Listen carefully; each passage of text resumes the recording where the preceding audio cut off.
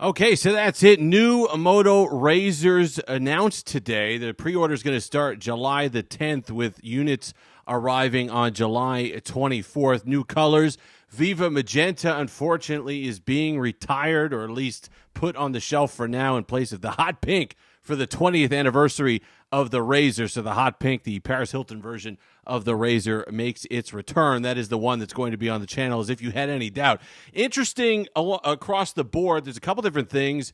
You're going to notice the Snapdragon 8S Gen 3 in the big boy, the Razr Plus, for $1,000. That's not the same situation as you had with the Razr Plus from last year. So it's not like the Snapdragon 8 Plus Gen 1. It's not slightly better than the Snapdragon 8 Gen 1, and the Snapdragon 8S Gen 3 is not slightly better than the Gen 3 version, the non-S version. It's akin to a Snapdragon 8 Gen 2. So think about that power-wise. So you're going to have to swallow that, because you know when the Flip comes out later next month, you're going to be getting the full Snapdragon 8 Gen 3, most likely in the Samsung device, unless there's some sort of power efficiencies or something like that that are specialized for foldables and flippables that I'm not really understanding right now. But I would expect the full version of the flagship chip in the Flip and the Fold, and you're going to get that kind of reduced one.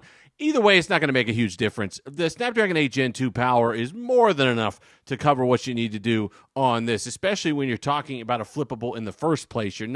I personally don't like gaming on these things. The displays feel weird to me when you're trying to game and stuff like that. So it depends on what you do with it. That's a personal choice. You might have to swallow the fact that it's not the latest and great. It's not the most powerful processor or flagship processor in the world for $1,000. But all in all, I'm okay with it.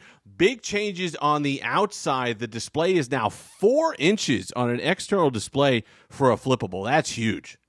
That is, this was already perfectly usable. And all the apps, and I might have a little shot at Samsung there, all the apps are usable as well. So you're going to get AI. They made a big thing now. Moto AI now is a thing. So all those AI people can roll your eyes. But you're going to have 4 inches on it. Great for typing. This was already a great for scrolling and all the rest of it. Beautiful OLED panel. So now you're getting 4 inches of that on the external display, and I really like that. That's going to help even more, because part of the reason why you're not so worried about these things having 4,000 milliamp hour batteries is the fact that you could do a lot of your kind of scrolling and minor things on the outer display, and you're not burning as much batteries when you really need that the internal display space. That then you open it up and kind of get the big battery churn on the big, beautiful OLED on the inside. Some slight design changes. They've remodeled the hinge a little bit to feel a little bit better. See, that's one of the things I complained about last year.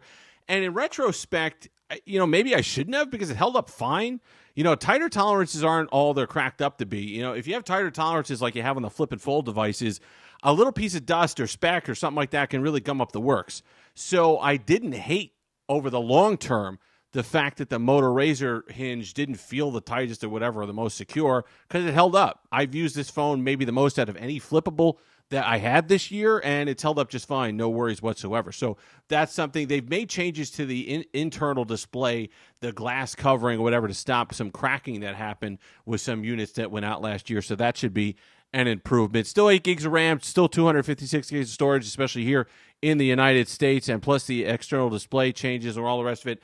Design-wise, you're going to notice it's pretty much the same. Here's the thing, though, and here's the holdback. I wrote about this for Android Police the other day about Moto Always On Display.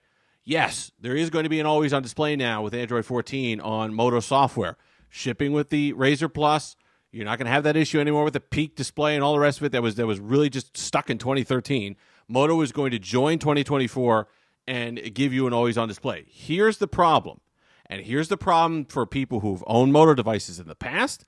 Here's people who own a Flip or who own a Razr Plus from last year who are still waiting for certain things. Yes, they're still going to promise you those 3 OS upgrades. This is still waiting for its first one. We're still waiting for Android 14 on the Razr Plus. They've been fine with the bi-monthly updates. They've gotten those out relatively okay. There's been some hiccups here and there. But as far as Android upgrades, you're going to be waiting a while. So don't, and before, I've defended that before. I was like, well, as long as Android 13 is running well, there's not really huge features one way or the other that are going to keep you from this. If you're looking for the latest and greatest, you're probably looking for a different device anyway when you're talking about Android features. Now that's not a thing. If you're going to be shipping an always-on display or some sort of software upgrade on these devices that you're going to, the new ones that you're selling, don't make us wait on the old ones. Don't have a situation where the new Razr Pluses for 2024 shipping with an always-on display, and we're waiting 6 months. Moto says that Android 14 is coming out later in the summer. I don't know what that means. I don't know why it takes so long. What are they doing? I understand that Android 14 is a major upgrade for them, as MyUX or whatever they're going to call it now, whatever they call it on the Razr, on the stylus, is different now. It's slightly more heavily skinned than before. It's still not a OnePlus. It's still not a MIUI. It's not any of these ones that you could think about. It's not Oxygen OS, okay? It's not a heavily modified skin. It's not One UI even, with all their modifications for Samsung. So I don't understand what takes so long. But they're going to have to do better than that. If you're in a situation now where you're going to start shipping updates for things that actually matter to users and they're going to be good for us, you got to offer them all the phones. You can't have this staggered deal where they've done this in the past. The old Motorola phones from 2 years ago, before they were even getting all of these updates and stuff like that, or the promises of software updates, that's something that, those devices, forget it. You're not going to see Android updates on those devices. Now this one, they've promised them 4 years, 5 years, all the rest of it. We still haven't seen year one. So the knock has not been hardware in the last 2 or 3 years for Motorola phones. That's the disappointing part. It's not price. It's not hardware. The knock is software. And that, to me, is one that can be easily fixed. Get some engineers in a room. You have people who do this.